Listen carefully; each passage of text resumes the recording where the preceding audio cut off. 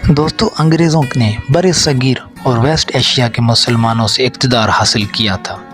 اس لیے مسلمانوں کو اپنا دشمن اور زبردست مخالف سمجھتے تھے۔ 1857 میں آزادی والی جنگ کے بعد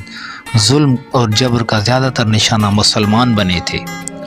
اس لیے مذہبی، سیاسی اور اقتصادی حق ان سے چھین لیے گئے تھے۔ اس وجہ سے مسلمانوں کے دلوں میں کچھ وقت کے لیے مایوسی چھا گئی تھی، اور دوسری طرف دوسرے مذہب کے لوگوں نے انگریزوں کا ساتھ دیا اور زندگی کے ہر شعبے میں ترقی کی۔ اس صورتحال میں سر سید احمد خان 1817 سے 1898 کے بر صغیر کے مسلمانوں میں کی قیادت کی اور اپنے ہاتھوں میں ان کی قیادت لی، اور سر سید احمد خان نے مسلمانوں کو آزادی کے لیے بیدار کیا اور ایک تحریک چلائی جس کو ہم علی گڑھ تحریک کہتے ہیں، جس کا مقصد مسلمانوں کو آزادی کے لیے بیدار کرنا تھا۔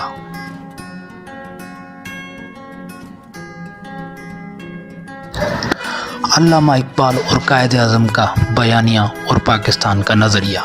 علامہ اقبال 1877 سے 1938 تک اور قائد اعظم 1876 سے 1948 کے پاکستان کے نظریے اور بیانات کی بڑی اہمیت رکھتے ہیں۔ علامہ اقبال اور قائد اعظم بر صغیر کے مذہبی اور سیاسی کنڈیشن کا بہت جائزہ لیا تھا اور اس نتیجے پہ پہنچے تھے کہ مسلمان اور ہندو مذہب کے لوگ ساتھ ساتھ نہیں رہ سکتے، اس لیے ویسٹ ایشیا کے مسلمانوں کے لیے ایک الگ ملک ہونا بہت ضروری ہے۔ انہوں نے اپنی تقریروں اور بیانوں میں پاکستان کے نظریے کے بارے میں بہت دلیل پیش کیے اور ان کی اہمیت اور ضرورت پہ زور دیا، اور عوامی ہجوموں اور لوگوں میں پاکستان کے لیے جوش اور جذبہ اور جدوجہد کے لیے ذہنی طور پہ تیار کیا۔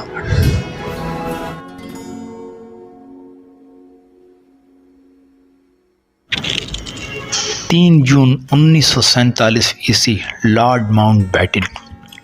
مارچ 1947 میں لارڈ ماؤنٹ بیٹن بر صغیر کا وائسرائے مقرر ہوا، جس نے بر صغیر کے لوگوں کو متحد کرنے کی بہت کوشش کی، لیکن وہ ناکام گیا، اور اس نے بہت سوچ وچار کرنے کے بعد یہ فیصلہ کیا